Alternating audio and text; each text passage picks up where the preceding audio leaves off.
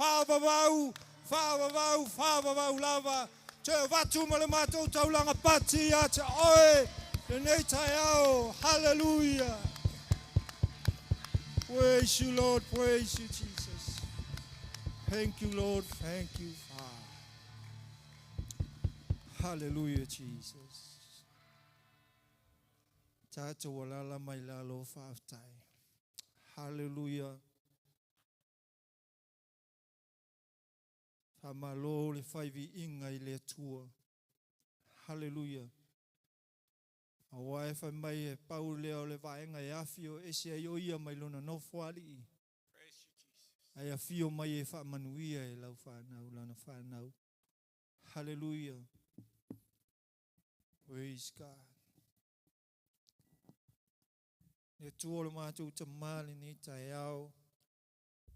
Mātou te watu whaatai lau whiu. Mea lei ma mea siri wai whaia mo I mātou. Toi poto I mātou le ni tai au vi ia oi ta ma whamanuina lau suafa. E anga lei, ka mātou mātua whale nganga. Wai le malo si le tino, si le nganga ma le mawhau. Anga lei foi si o mātou e kālesia. Wai e o mamai, ia le mana wha malo lo lau a whio le ni tai au. O ia tu le vi inga ia te oe.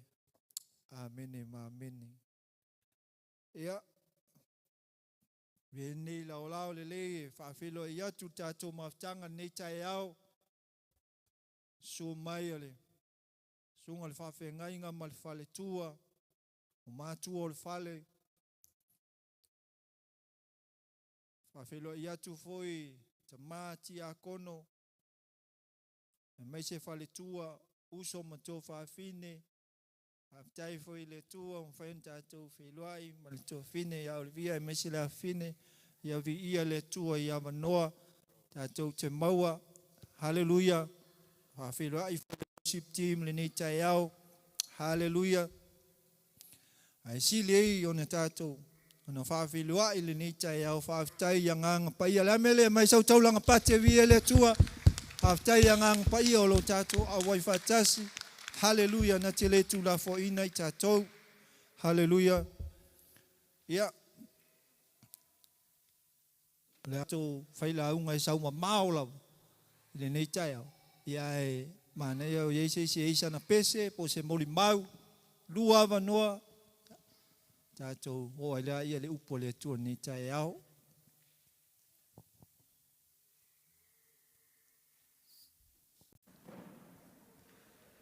Hallelujah.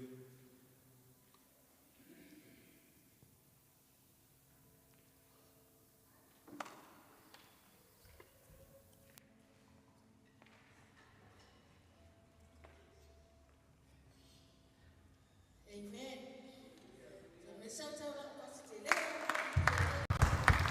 Hallelujah. Ya fa tato masane re final. Mau o le ava no me su engata.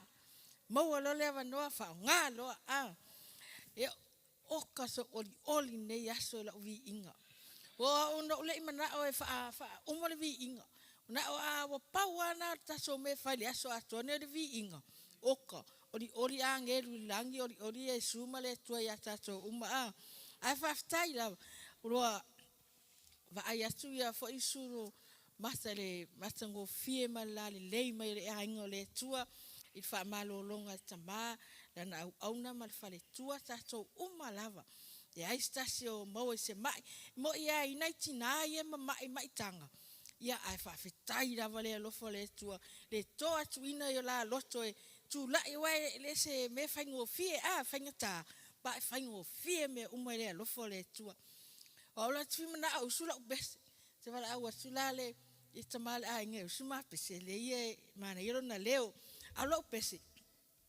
Ola upese oli I have a joy in my heart. Fia mana wa samun mole tamale a nge usuma pese le ie mana iro na leo. E pele anga folo leo pe paidua. E fale le me tamale leo. Falungolongo al fa na le tua.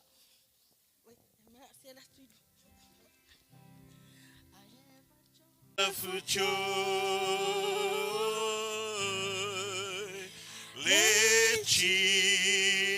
coming to your heart. If you want joy, real joy, wonderful joy,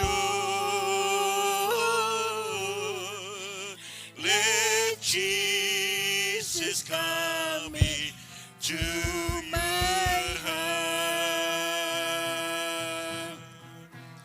Your sins He was away, your love He changed today, your life is made over anew. If you want joy, real joy, wonderful joy, let Jesus come into your heart. Afai te mana o ile fio, afai te mana fio Yesu ilo lotu. Famangaloina uanga sala suya lea e faafu ina langa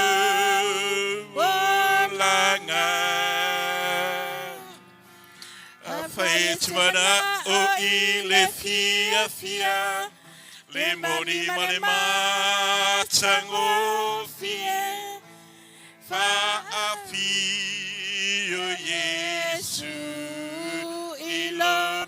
Hallelujah. After I love to mama find out. Yeah, vai, o lo siena.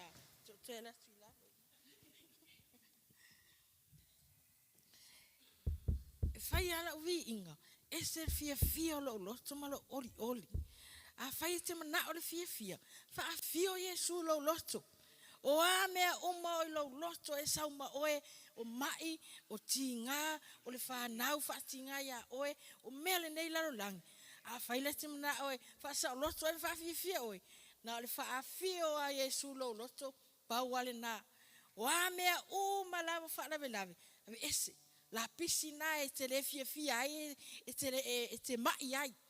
Ai a fa fio Yesu lo loto pa una me te mau wale manuia. E fio mea Yesu la te fia.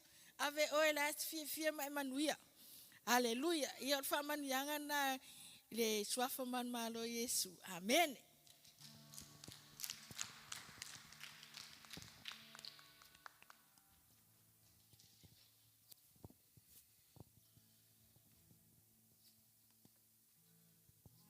Hallelujah. Ya, ta tonu lewa. Nak ta ita tu wa manoa. Hallelujah. Ya, mana mo limau ni ta yao yoli. Mon yao ta yao oli. Hallelujah. Wa ese me ta oli fia nei fa no na nei. Ai mana oli fa mai oli e puna yaso uma. Hallelujah. La me tato tele tu la i me fa ali mai lo oli le la usu tato pese.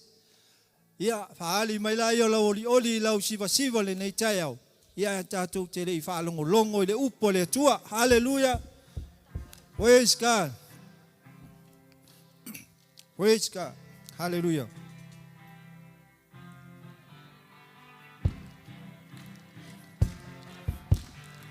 Hallelujah.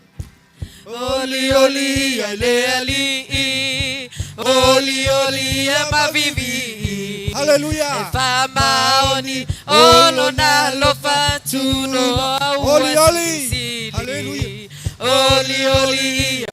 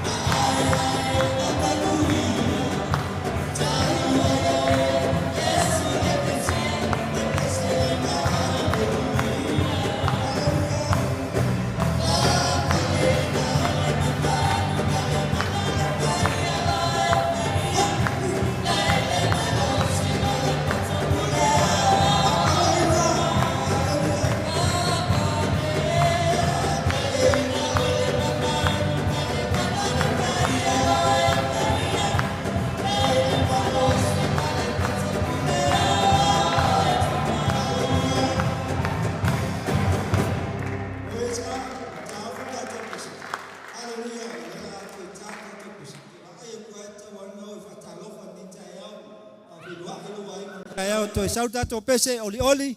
Hallelujah. Praise God.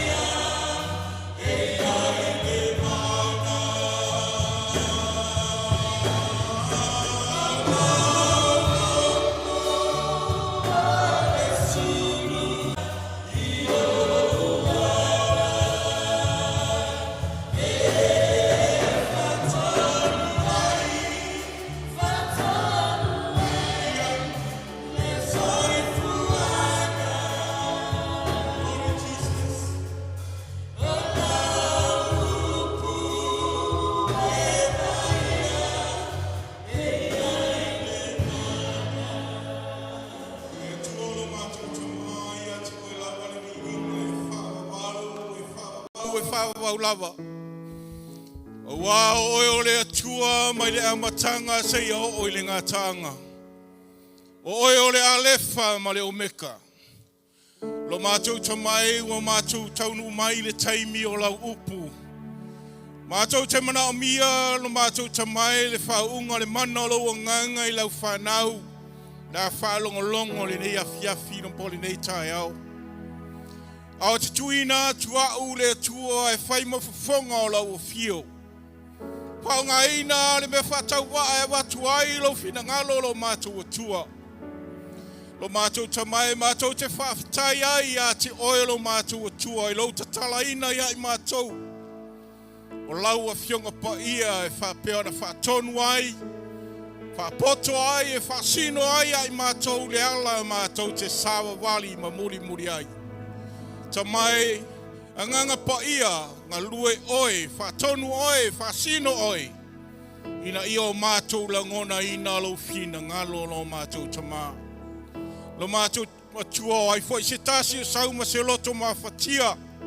Wai se tasi o sauma ni mai mani ti ngā le nei tai au. Wa mātou tari tonu ma mātou mautinoa o lau upu. E ma whai ai o na wha maa lolo ina I lo mana lo mātou atua. Lea lo mātou atua whatasi mai oe mo I mātou. I lo suafa Yesu. Ameni. Ameni. God is good all the time. Whātalo whātu le aingo le atua. Le nei tai au. Talo whātu tamare whali.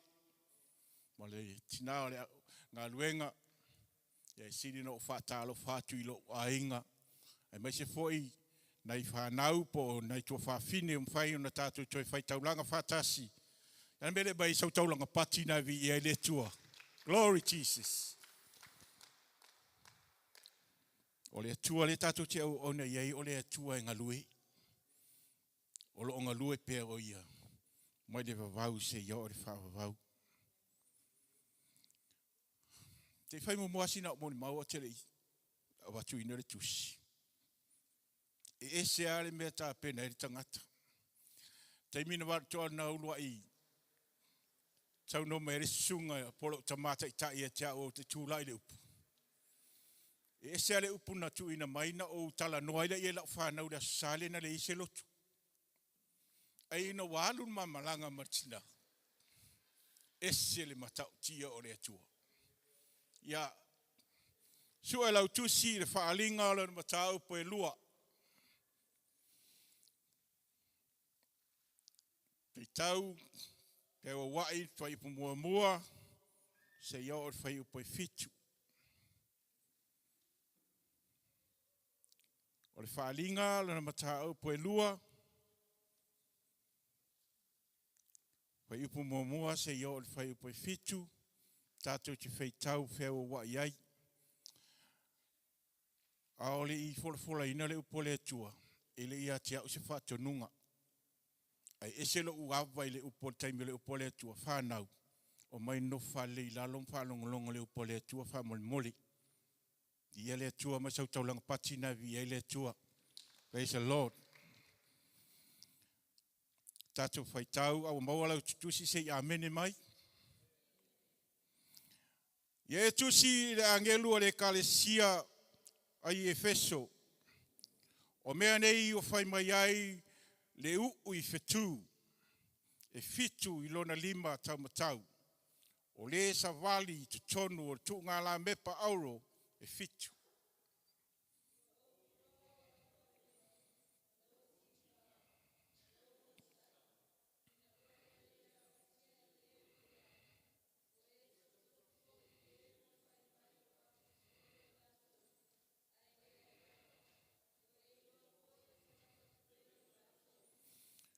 Mau e la watia wa ia ti oe fo I le ono sai.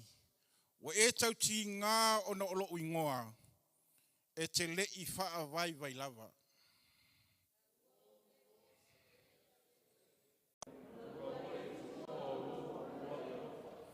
O le nei, ia e mana tu pia fai e te le salamo.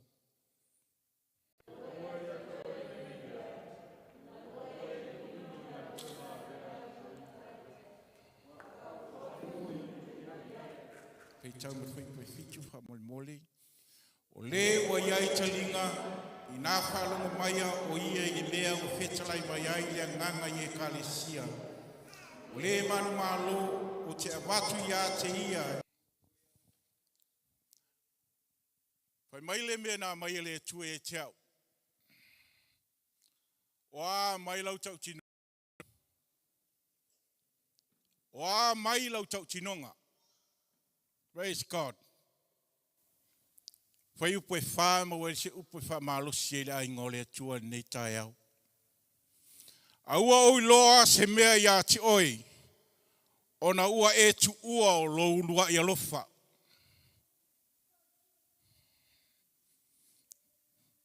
Ele leile atua. I taimi umalava. Ele lei le atua. Wha mai se mea na wha manuia i le atua i e teo. O le ale me male pelepe i ainga. O le ale me whewaiwa e ai e kalesia. O le ale me ma sofa sofa inu. Ona ua e tu ua lou lua i alofa. Ai tiri tilo i te tono le fausia ina i le atua o le lalolangi. Le fausia i le atua mea uma i le ato atua o mea uma. He created the world in image of whatever he liked to do it. That's only the words. O le upuna fola fola ato i le atua matwatau nuina. Ina ua ola mai la tangata. Mana o lo le atua na ti taita ia tangata. Whai mai le amatanga ar whenga inga tuai ma se ia o mai o le whenga inga fau. Na tai e le atua le tangata i lana upu. Ai o mai whenga inga fau. Ua sau le upu le atua. Ma futa ma le tangata. Sa tato le lalolangi e le ase se le i o le lalolangi. Na tato ui uma mai ai mea whaare tino. Aina ua e talia Yesu e we mali mwhaola i lo langa. Na suia a toa lo langa ke whalenganga. Ua ato atoa. Ale me ua mai ele tua. Fa mai le tala. Ale fionga pa ia le tua. Da tusi. Fa mai na fetalai le tua ia Ioane. Tusi le kalesia i Efeso. Le lei me umanga la ko faya e kasin me wangalo ia la tou o le urua i alofa. Mafutanga ma le tua. E leo ngā luenga tātou te whapele ai, tātou taitai ma mea tātou ai mana o mia le ato atoa o le alofa. Pa mai ina ua mana o mia Yesu, lona soo, nā te taita ia, ma leo leo ina le lafu maa moi. Pa mai whaatonu fisiri. Nai le Ioane, luas fumatasi, kai po su lima ma su fitu. Fa mai fa tolo ar fisiri Yesu. E te alofa ia te au. E te alofa ia te au. E te alofa ia te au. Tali ioi. O te alofa ia te oi. Fa penga umala u iore taimina e tali ai Yesu e ve mali fa. Yesu e tina. Oka kai ko tikila uma yelo wola. Amen. Ai ole ngo we ko ka ma ngumi masilo makua ama ka lo inga ngau yelo patua masa pache vi ele tua ai shea wa matana ngalo le alofa na matana fau mai ai le lua mafutanga fa pena fo ifa na uma matua taimi au pepe tamatiti oka tango tu archina te mi uma tango tu sama ma nei pipi ima de chino ana na matua tamo chichi a matalona ele nga ka ko fai upo arki nga marka ma ai wa makan le alunga kai do va yaso kwa sa vai kama martinga ai sia wa matana ngalo le lua ya lofa le lofa fa le tua le lofa fa le ainga le lofa tama le alofa fa nau i matua. Wa a mata o na ngalo. Le ala le toi whamalo si mai le tua le ainga o le tua. Mana tua lau muli mau ma lau lua i alofa. Na i alofa i le tua. Mana tua lau lua i alofa ngai alofa i siau mana mea. Amen. Ese al kaimi ngawheo iai, ese kaimi wa matana. Ele ai ase si ke langonga ngai ko ko e pe ole ta che langona umale mea. Ma onga martina. Ese le toi fa fo winan on mama ftanga.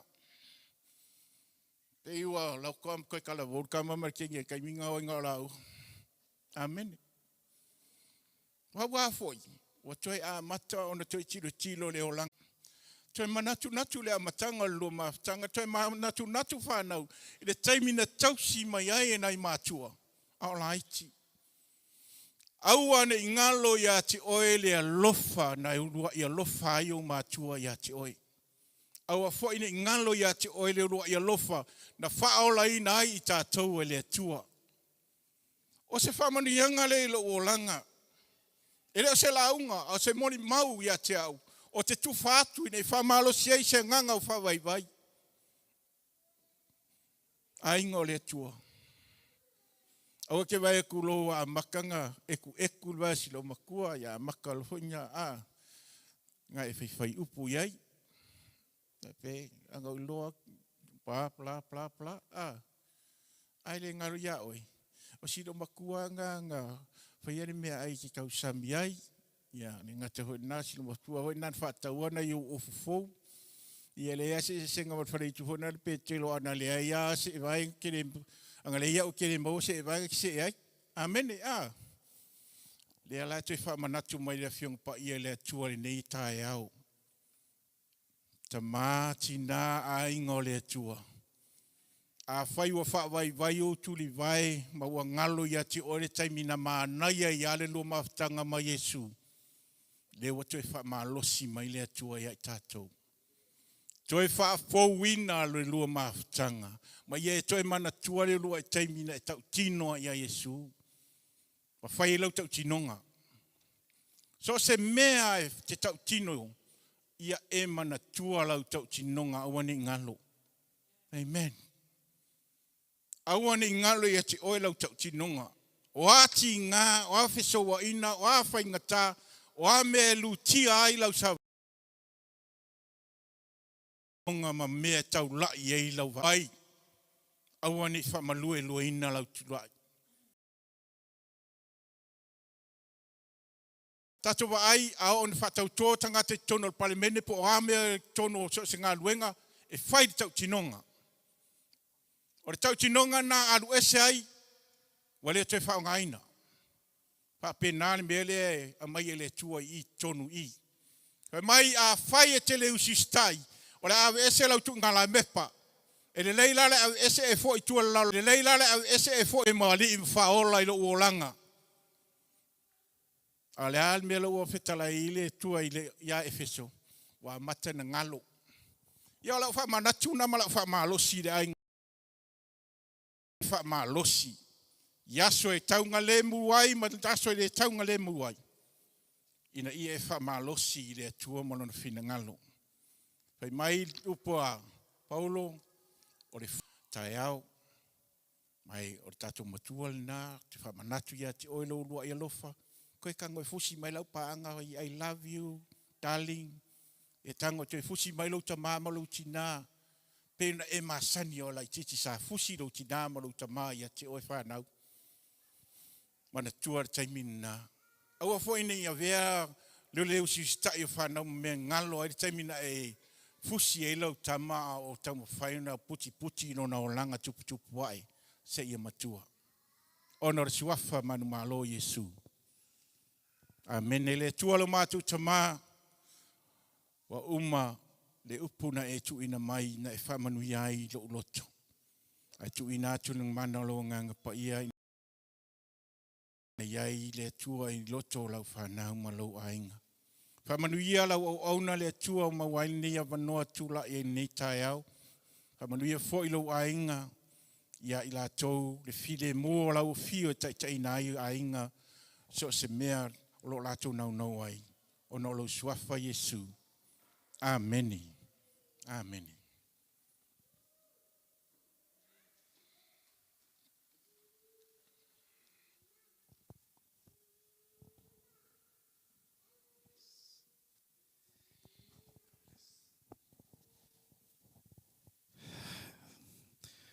Let me leave so panti le tua ono. Hallelujah. I le tua ni tai au. Fa tai ono rana upu.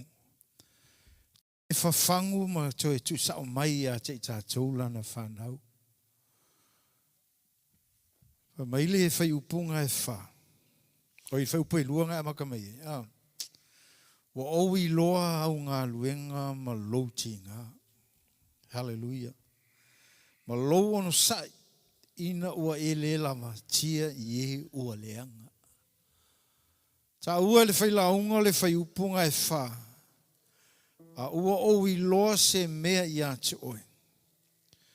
Ona ua e tu ua lo rua i alofa. Fa maila i o le autu. Koe ke pakasi a lau kau ki ngonga i fai luma o le atua. E fai aku le fai launga nei tai au i le alofa fuanga le keimia wa sa feo e kama kenge yaso i. Anga le ameng ya sio. O aso le urua i alofa tangata i le atua. Ma aso le urua i alofa keiminga e wa ai i le nau i ai lo loto. Ke lo o lau wa ai e ke o whaakasia mo lo loko. So se mea po le ale mea king e whainga kaya te oe. Ai wa ai. Ke wa ai ngau ai e lo loto. So se mea wha mai o le mea i lo loto. E fwela wala e whai ai. Aso ke mankua e aso ia ke mi kua mawhio e fwai masio tolu. E kai mio ke savaria kua i maangi le kau elesli me sa o ngofo ai. Ia un pespese era ora kere maru ai. Ia supo. Kai mio la fu le kiki o le malos. Ai aku mal falenga. Famerika la ale angelu ia yo. Tusi e a Efeso. Efeso. Wa o lo kinga. Ia unga luenga nga fai. Ke lo vai kai viro ka ko ie. O iska ka ngar whakaungu ua. O le whaia mase alofa. O whaia ngor whakaungunga. Awa le whaia mai ai oie tonu o lo loto. Kai minga e ulua i alofa i le atua. Po le ale whainga ka pe, ese ka vale pe ma mau me whaia o ngā mea pea. E ke su ea se mea ke alu iai. Inga ia e iai le mea lea wa whamai Yesu. O le mea e oke iai. E ka kauanga iai ma lau au aunga. So se mea whamai la poko poko wha ngau le atua. Longo winga o se ka karangoa i makango fie ma le lei o Yesu. Ai ka ko kele karangoa fa fi kauri le kupu nge vai kau. Ai fa kai leu ko fa manatu ya te tatou. Fai mai. Wo o lo se me tasi ya te tatou. O ka tu ua.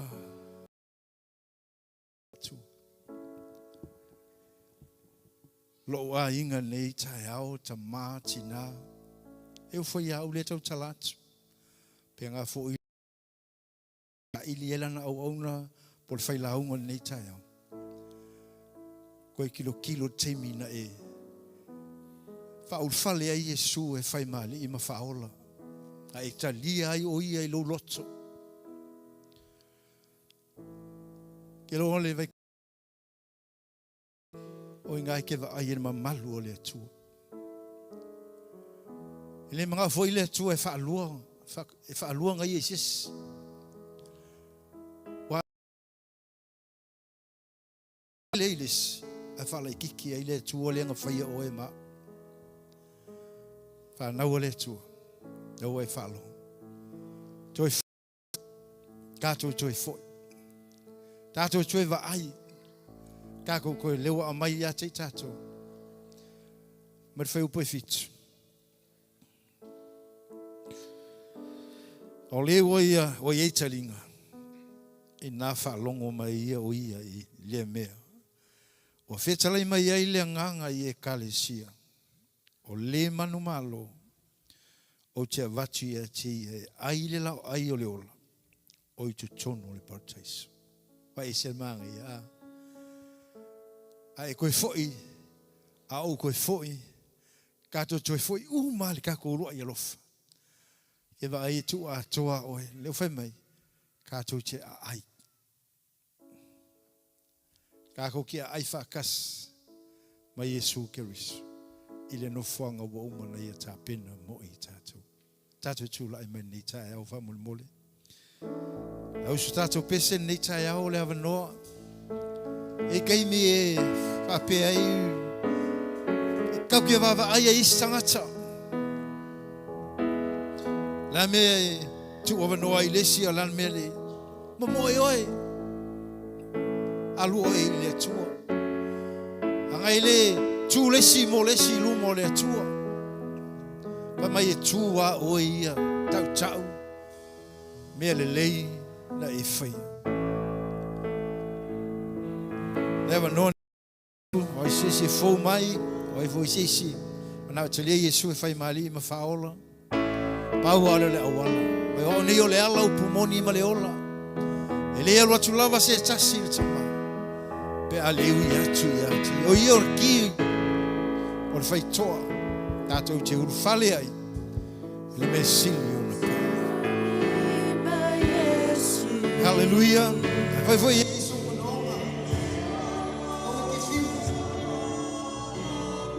O ke fiu. Sau le tu. A o le tu. A o le tu.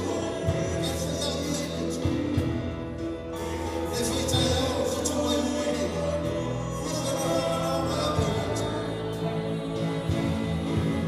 Hallelujah.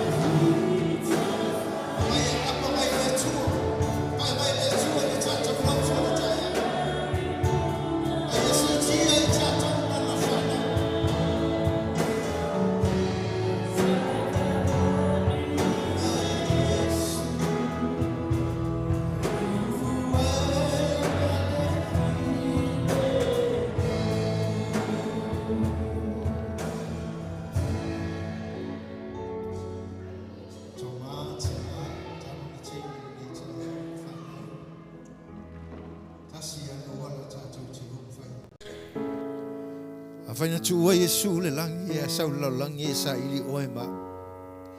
E moni alo na lofa ia te i tatou. Pelo toi foi i lo ulua i alofa. O lai wha manatu mai ia te i tatou. O lai o toi whafangu ia te oe ma. O toi wha tepa i tatou. I le lofa mai o le tua ia te i tatou. Ai au mai ai lo nalo pele te o tas. Ina ia le whano oe mau. Ma o tā ua e tau noti. Wa oe mau e angsala. Ai o saulava o i e lawe a i tatou lana whanau. Fa mai e leo fisui a i alo na lofa lea mai lea matanga. E o mai lava le nei tai. O lo tū mau pēa. Fa mai o lea tua lea te au auna mau au auna ia. Mai e le li liu. O ana nafi o lea so. E o lava i le whaavavau. Mea leo fa mai a i te fo leo lua i alofa. O lea lofa lea ma le whaamaoni leo lea tua. Leo wa iai nei tai au. Wa iai nei whaaftai mo i lato umana pe on tūla i nei tai au. E ia lea tua. Whanau, sinao, mau e mai tang. Mai se fo i lato umai tofu atanga tai malona manaonga. Ai o te manao nei tai au whamone mole. Iena ia. Si ifo au tu atu lo loto i le tua le nei tai au. Ala au sau ni le tātou te tālu le nei tai au. Si ifo au.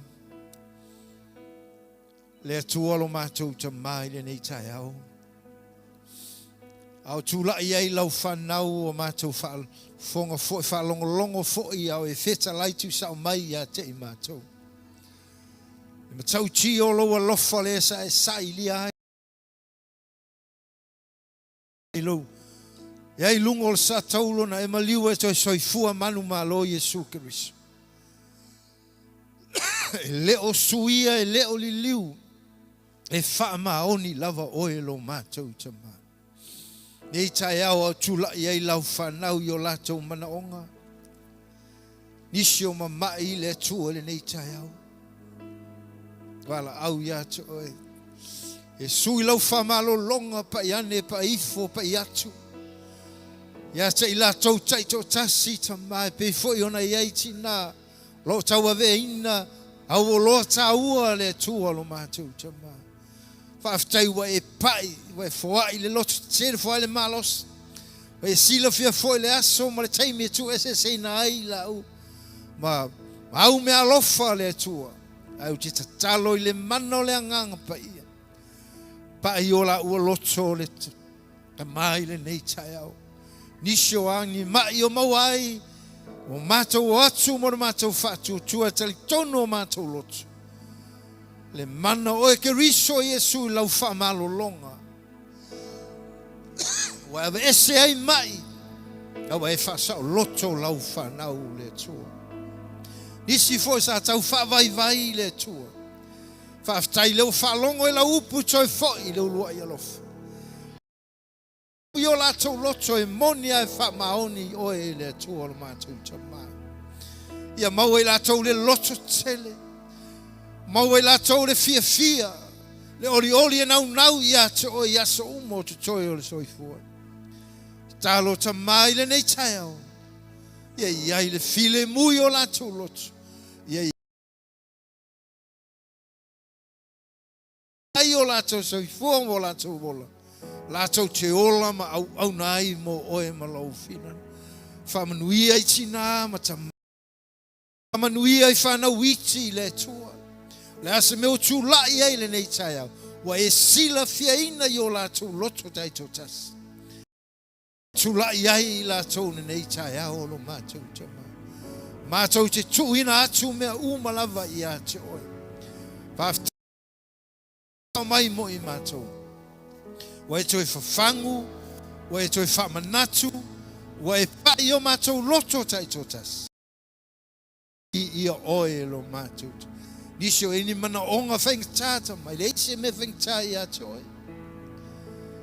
E moni ai whamaoni oe le atua e whawa. Aftailo pai tai totas. Ia foi le viinga ia te o Yesu. Amen. Amen. Atali ia tau tala ia lala mai lalo i tātou wha mole mole.